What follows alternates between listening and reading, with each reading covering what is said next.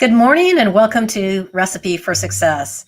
My name is Nancy Giacalone, and if this is your first time joining this podcast, the premise behind our discussions are that I have a tremendous love of cooking, I love business, and I love personal development. And one of the things I've discovered over the years is that there's always one key ingredient or technique that's critical to a person's success. So I'm very pleased to have with me today Josh Baumann. Did I say that right, Josh? Baumann. Okay. Yeah. I got it close enough. Maybe didn't get quite the emphasis in there, but with a last name like Giacalone, I feel like I have a little bit of grace on people's names. Yeah, yes. So one of the reasons that I really wanted to invite Josh on the podcast today is I've been following him on LinkedIn, and he has a really cool thing that he's doing specifically targeted towards men and dads about how to be the best versions of themselves and lead their best life. So I really want to kick it off by inviting you, Josh, to tell the audience a little bit about yourself and also your day job. By day, I am an accountant, and by night, I am a coach. And they coexist nicely. It's been a progress over the last 18 months. And for me, it really started with the things I had going on personally. And I love LinkedIn, and there's so many coaches here that inspire me. And I never worked with a coach. And I had a few things going on with my life and my job that I couldn't really understand certain things about myself. And I didn't know how to make some changes or what changes I even need to make in terms of that, because I was struggling at work. And a lot of times when you struggle at work, the first solution is, just get a different job, which to a lot of people, that it might make some sense. But just like in life, when we buy things for happiness, it's a short-term happiness, and ultimately we still have that void, and then we might, buy something else. But for me, I looked at it as maybe it isn't the job, maybe it's myself. So through that, I hired my first life coach right before COVID hit. Like, if there's any time that you needed it, it was probably right. Literally signed up about 2 weeks before it all shut down. So a combination of that, and with the slowdown of not being able to go anywhere, I was able to spend a lot more time with myself and really slow down to see what is going on.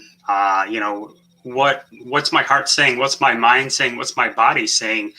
As we get into the hustle of every single day, and we just get in this focus, and there's so many things coming at us, and it's hard to step outside of that to really slow down. So that's where COVID for me was helpful, because I was home enjoying my family more. We were doing things that we have never done before because we were limited on what we could. So we had to be creative at home, and it actually deepened all my relationships with my son, my daughter, and my wife. Well, that can be a very enlightening situation. I strongly believe in coaches for many different purposes: a life coach, a business coach, a sales coach. I mean, if you think about it, many of us, when you go to the gym, you hire a trainer because you know what to do, but you're not sure if you're doing it right. And just that extra set of eyes and that little minor correction can make all the difference in the results. So I think that people should embrace personal coaching, business coaching, because there's so much incredible value in it. And to this day, I still consider myself to be as much of a student as anything, because there are so many people out there that know so much more than I do about a million situations. I would agree. I'm continuing to learn, and I feel that's a never-ending process until, well, our last day here on this planet. It is. It is. One of the other things that you said really resonated with me as well. And you said that when you realized you were dissatisfied with your job, you also realized it might not be the job, because the job probably hadn't changed from when you started. It might be you, and that was maybe the thing that had changed. I feel that I know that in my personal life as well, is that anytime I'm getting disenchanted with a job, a friend, a situation, whatever it is, I really have to look at myself first and see what's changed in me and decide if that situation is where I still need to be, or if maybe I do need to move on. But it's not just as simple as, okay, I'm going to go find a new job, because the issue that brought it up is still there. Yeah. Yep. And that's exactly it, because buying something to fill that void, well, it's not going to fill it. And it's not running away from problems or the situation. It's about, that's when you're supposed to attack it and, really be all in and figure it out, understand, like, what's the root cause, what's the root problem here, and not just fix the symptom of, short term of potentially getting another job, because, they're going to have probably the same problems that you just had. So my perspective, we had just gone through a new ERP implementation. That's always fun. That was a lot of fun. And we're a smaller company, so I handled all of the financial aspects, plus do all my regular work. So a lot of hours were put in, a lot of learning along the way and sacrifices. And like you said, that the job really didn't change that much, but in my mind and perspective, it did. And there were a lot of mornings where the last thing I wanted to do was get up, stay up as late as possible and sleep in as late as I could, rush, get to work, and then all of a sudden you're there. And I just knew something had to change, but I thought it was more internally than anything externally. Well, that's a lot of self-awareness right there. I'll tell you that, to be able to recognize that. Okay, so you realized something needed to change. You did some work with a coach, but then how did that translate into you deciding you wanted to share that with other people, and in particular men, and even more specifically dads? I mean, it's a very, targeted approach, which I like, but how did you make that decision? Yeah. First, I never hired a coach before, so I wanted to see how the process was. And if it didn't go successful, I probably wouldn't be talking to you today. It was a great experience for me just from the start. And, really one of my main concerns was, okay, it's going to work when we're in the process and when I'm working with someone. But what about when it's over? Am I just going to go back to the same person I was?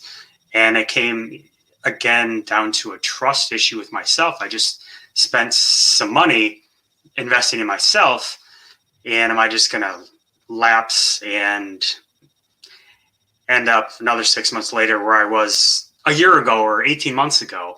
And yeah, it really gets down to your foundation. What do you want out of life? And through my experience, I saw my change, my transformation. I believed in the process, and it's been a blast ever since. Truly, every week that goes by, I feel like I'm living my best week of my life. It's not exactly 100% perfect every single day, but it's just the growth of where I was to where I am. Well, I really appreciate that. And quite frankly, I mean, I know you know it, but the world needs plenty of good, strong male role models. And by that, I don't mean somebody who can run a great business. I mean somebody that can be a great human being, a great spouse, a great father. And if you're able to help others achieve that, I mean, that is extremely commendable. So I know you mentioned that turning point, and you said you kind of wrote an email to yourself. At least that's how I took it when I read your when I read. So I emailed the coach that I followed for about 3 years ago. We connected, and honestly, I felt like I was finally at that breaking point where something had to change. So I had emailed him. It was about 11:30 on a Sunday evening. I have his phone number. I could have called, I could have texted, but that would have kept me up even later as I'm tossing, back and forth and really just struggling with Monday tomorrow and not being excited for it. So that email had just started me signing up with him and just getting this whole movement, this whole process that I started. So it's just as simple as one email can really change your life. Well, I think something as simple as saying, I need help, because that's essentially what that email was. Yep. Can change your life. Because if you don't tell people you need help, they might not notice. Mm-hmm. Okay, so let's take that a step further. So why do you think that men in particular have such a hard time acknowledging, A, that they need help, and then B, asking for help? Well, being vulnerable feels uncomfortable. Your ego and pride gets in the way quite a bit. And for me, I just thought that sometime in the future would be better. But if you're not as good as you can be in the present, you're not going to be any better in the future, looking forward. So a lot of things in there. As the leader of your family, there's a lot of pressure to potentially have all the answers, but as human beings, we don't have all the answers and solutions. And for me, being quiet and shy, I've been with my wife for over 20 years, a combination of, dating and when we got married. So even after 20 years, there were certain things that I didn't express to her. I didn't know how to do that or how to feel a certain way. And it's been a blessing because I've gone almost 40 years on this planet, and not understanding everything about me and being able to express some of my deepest feelings. Well, I think that anybody that says they express all their feelings all the time, that they communicate perfectly, blah, blah, blah, blah, blah, they're just lying. And not necessarily intentionally, but the fact of the matter is what you're talking about is hard, Josh. It's hard to do.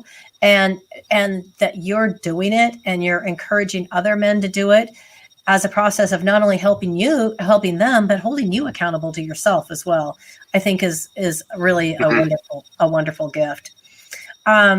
So, okay, one of my favorite, of course, I always stalk everybody, just in case you were wondering. And by guess, I do as much research as I can on people. And one of your lines in your LinkedIn profile says, courageous conversations start here, which I love, but yes. What do you mean by that specifically? Okay, I'm going to drop a bomb here and dive about as deep as you can go in a relationship. As a dad with kids, sometimes it's not always pretty. Sometimes my wife feels like a roommate. And it's about having these courageous conversations and not, talking to her that, hey roommate, there's a problem here, throwing up the white flag. And some of my needs aren't being met. I understand, what's going on, but it's about letting that other person know. And yeah, this can be a conflict of, hey, I need your tender, loving care, to put it nicely, and I I don't want this roommate feeling of, I should just sleep on the couch tonight. Yeah. But Well, if you don't, oh, sorry. So no, if you don't tell your partner or spouse, that's on you. And I did that so many nights of being frustrated and, losing sleep, but she didn't even have a clue. So that's my fault. 100%. I mean, it can be something as simple, and I know tons of women, including myself, have been guilty of this, where we're annoyed because our husband doesn't do something that we think they should know we want them to do.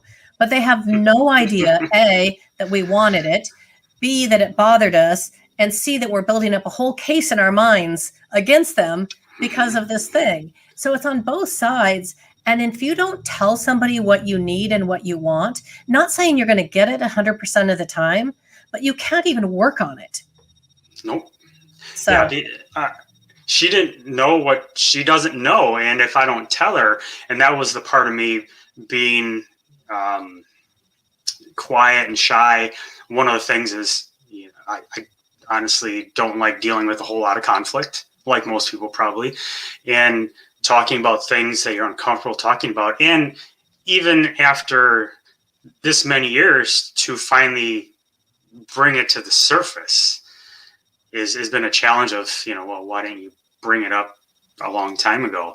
And that's what it's all about, of continuing to not only grow personally for yourself, but grow your relationship even after 20 years. And through coaching, my wife, we don't talk about work a lot. She doesn't talk about hers. I don't talk about mine. And she's not really passionate about coaching like I am. So we don't talk about it a whole lot. But the one thing, especially over the last 18 months, our relationship has grown more in the last 18 months. And I would probably say the first 18 years. And it's about me giving more into the relationship. that's awesome. So I'll tell you a funny story. So I've been married 35 years, so I can relate to long-term relationships. But we were, I don't know, probably 10 years into our marriage, because our son was around 3 or so. And through my husband's work, they sent him to, we'll call it a self-improvement program, but it was for, his work as well. And he came back and he was just all fired up on it. And he's like, you need to do this.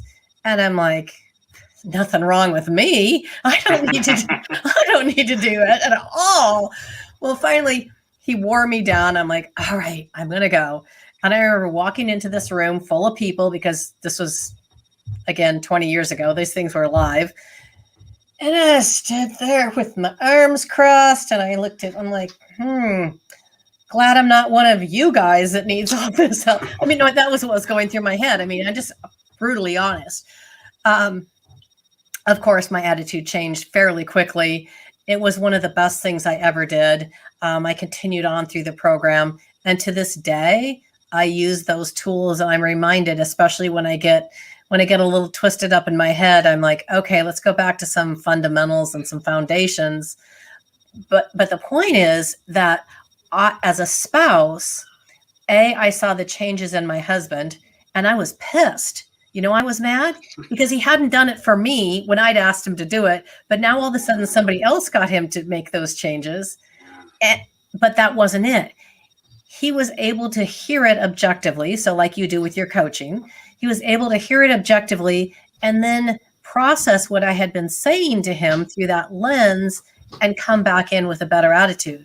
But all I could see on my side was, I wasn't important enough for you to do it for me in the first place. So even with coaching, it can be tricky with two people involved in a relationship to understand that you're not changing because of the coaching. You just might be more aware because of the coaching of the needs that are inside of a relationship.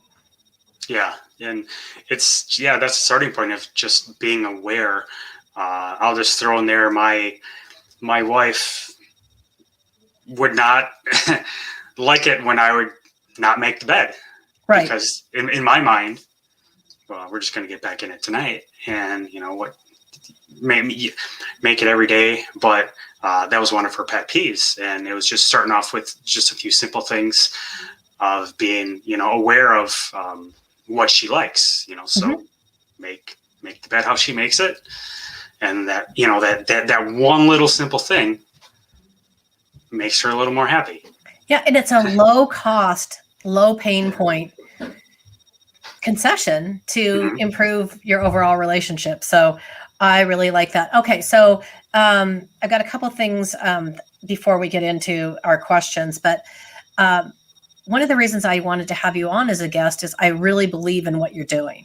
I think this is an important mission, and I love seeing men step up and say, I need to be a better man for my community, for my spouse, for my children, etc. Are you? Do you happen to be connected with Ryan Miller?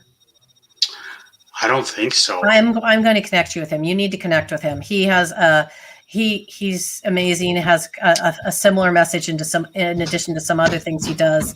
And then another person that I particularly like is Ryan Eaker. He's a fitness coach, but he also speaks to everything through his fitness. His fitness programs are to allow you to be the best version of yourself as a man and a dad.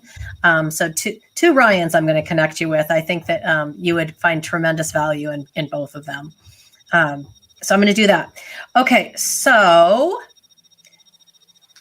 one of the common themes among my guests recently is, what am I talking about? Sorry, this happens to me. This happens to me too. Sorry. Mental health. Exactly right. So this has been a common theme among a number of my guests recently is mental health.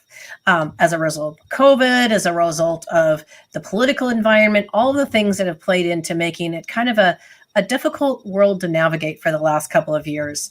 I'd love to hear your thoughts on how mental health plays into the ability to be the best possible dad and or partner.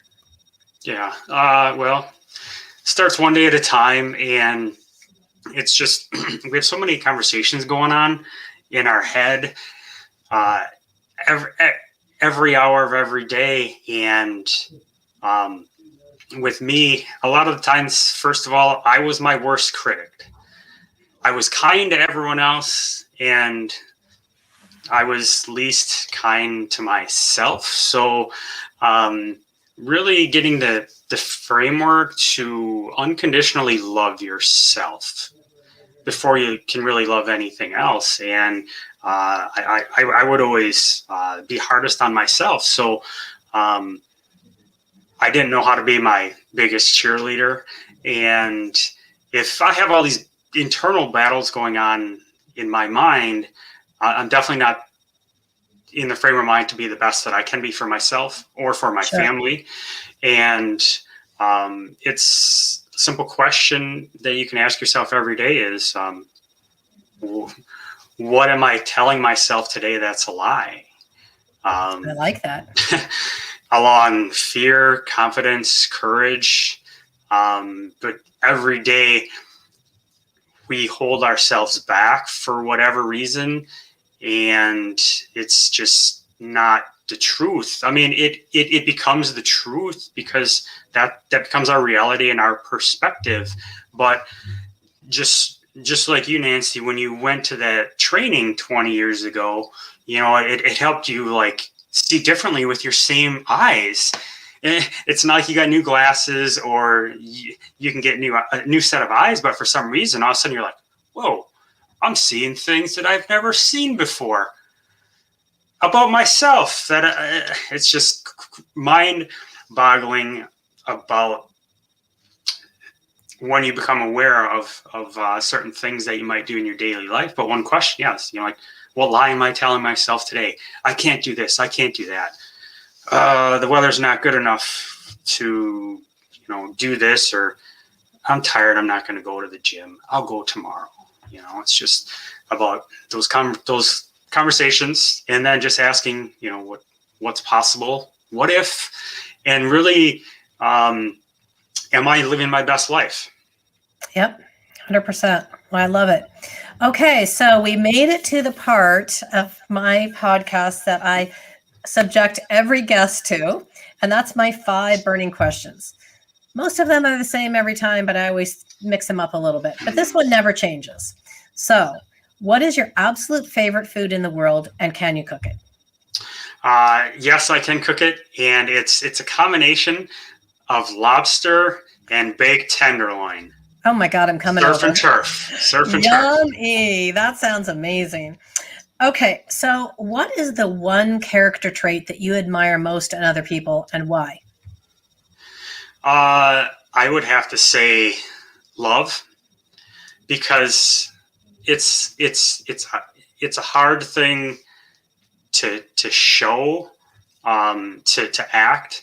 But when you're doing something out of love, there's no intention, there's no catch to it, and it's just about doing it because it's the right, it's not only the right thing to do, but in your heart you believe it, and you don't even think about it. It'd be like you running in front of a car to get a kid out of the way. You're putting your body on the line to save another human being, and if you don't love them, I don't think you're gonna well, Make a different choice. make a different choice. Stop and think about it. Yeah, exactly. Okay, so now let's flip the mirror on you. And what's the one character trait that you're most proud of, yourself, and why? Right now, it's I can finally accept where I am in life.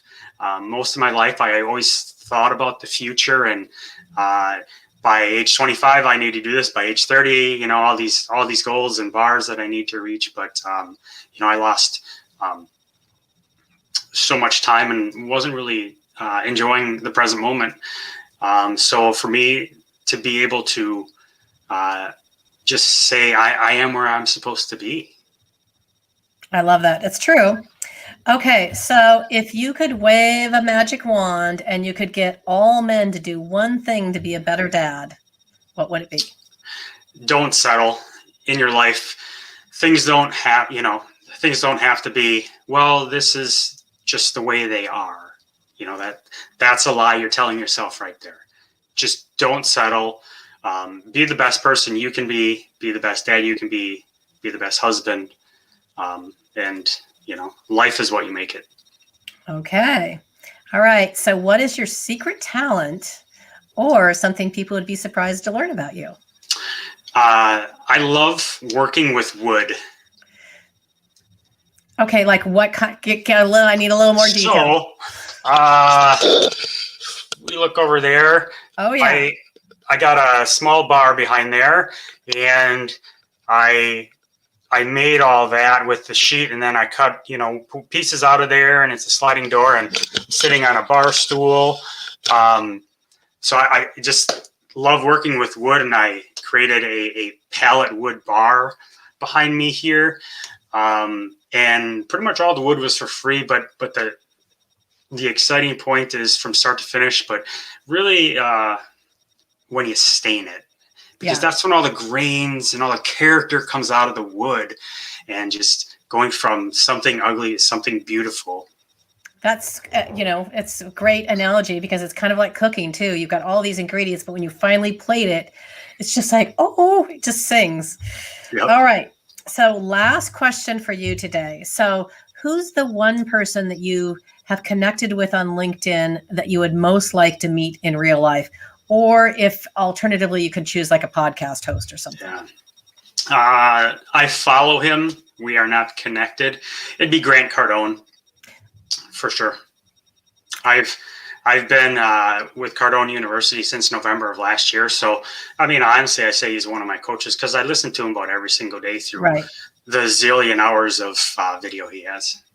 Great. Awesome.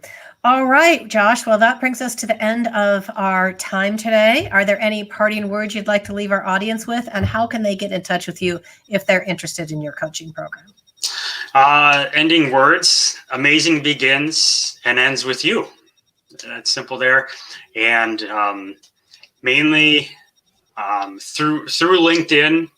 I should have put my full name there rather than just Josh, but connect with me through LinkedIn. With working full-time and coaching part-time, I'm not on all platforms, but LinkedIn is my 99%. platform that I use. So just connect with me here, reach out, talk anything in life or coaching, any questions you might have, because all I have is time. Well, that is fantastic. So if for anyone wants to reach Josh and you're unable to connect with him directly, please feel free to reach out to me, and I will make that connection for you. Josh, thank you again so much for your time today. And thank you everyone who joined us live.